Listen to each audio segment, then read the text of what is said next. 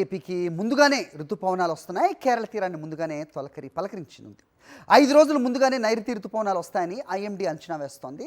దక్షిణ, మధ్య అలాగే ఈశాన్య బంగాళాఖాతంలో ఋతుపవనాలు చురుగ్గా కదులుతున్నాయి. ఉపరితల ఆవర్తనాల ప్రభావంతో వచ్చే వారం రోజులు కూడా వర్షాలు పడతాయని వాతావరణ అధికారులు చెబుతున్నారు.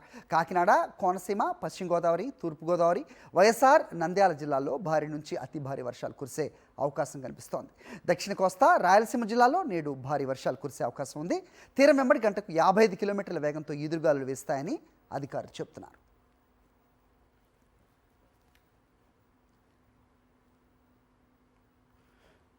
రైట్, వాతావరణంపై అప్డేట్స్ మా కరెస్పాండెంట్ అనిల్ విశాఖ నుంచి అందిస్తారు. అనిల్, చెప్పండి. సో అనుకున్న దానికంటే ముందుగానే ఋతుపవనాలు కేరళ తీరాన్ని తాకే అవకాశం కనిపిస్తోంది. దీనివల్ల ఎలాంటి ప్రభావం రాష్ట్రాలపై ఉండబోతోంది? ఏం చెప్తున్నారు వాతావరణ అధికారులు? ఏంటి మీ దగ్గర ఇన్పుట్స్?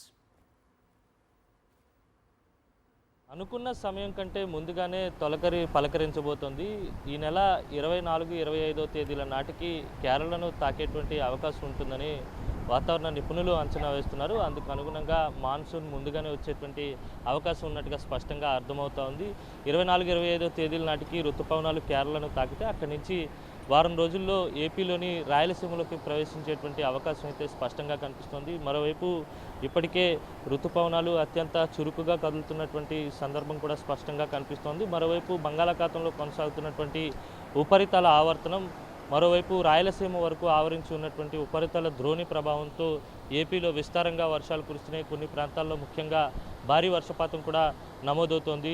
బాపట్లలో అత్యధిక వర్షపాతం నమోదైనటువంటి సందర్భం కూడా కనిపించింది. రానున్నటువంటి 24 గంటల్లో దక్షిణ కోస్తా, రాయలసీమ, ఉత్తర కోస్తాల్లో కూడా పెద్ద ఎత్తున వర్షపాతం నమోదయ్యేటువంటి సూచనలు స్పష్టంగా కనిపిస్తున్నాయి. మరోవైపు కోనసీమ, అలాగే అల్లూరి, అలాగే తూర్పుగోదావరి, పశ్చిమ గోదావరి జిల్లాల్లో పెద్ద ఎత్తున వర్షపాతం నమోదయ్యేటువంటి సూచనలు కనిపిస్తున్నాయి. రాయలసీమలో నంద్యాల, అన్నమయ్య, సత్యసాయి జిల్లాతో పాటు చిత్తూరు జిల్లాలో, దక్షిణ కోస్తా జిల్లాలైనటువంటి బాపట్ల, నెల్లూరులో కూడా భారీ వర్షపాతం నమోదయ్యేటువంటి సూచనలు ఉన్నాయి. తీరం వెంబడి గాలుల వేగం కూడా గంటకు అత్యధికంగా 55 కిలోమీటర్లతో గాలుల వేగం ఉండేటువంటి సూచనలు కూడా కనిపిస్తున్నాయి. సముద్ర వాతావరణం కూడా అలజడిగా ఉంటుంది కనుక మత్స్యకారులు, అంటే వేట నిషేధం ఉన్నప్పటికీ కూడా సాంప్రదాయ మత్స్యకారులు చిన్న చిన్న నాటు పడవలపై వేటకు వెళ్తుంటారు. వారెవరు కూడా వేటకు వెళ్ళరాదని వాతావరణ శాఖ సూచిస్తూ ఉంది. వర్షం పడేటువంటి ప్రాంతాల్లో పిడుగులు, ఉరుములు ఉంటూ కూడా పెద్ద ఎత్తున వర్షపాతం నమోదయ్యేటువంటి సూచనలు స్పష్టంగా కనిపిస్తున్నాయి. అయితే మాన్సూన్ ముందుగానే రానున్నది కాబట్టి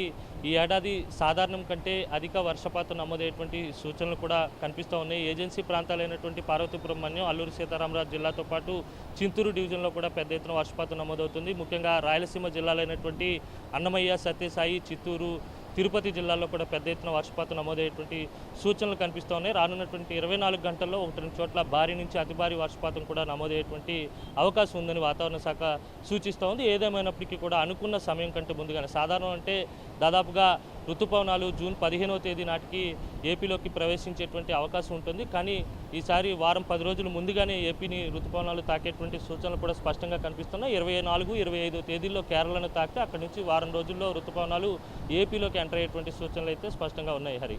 ఓకే అనిల్.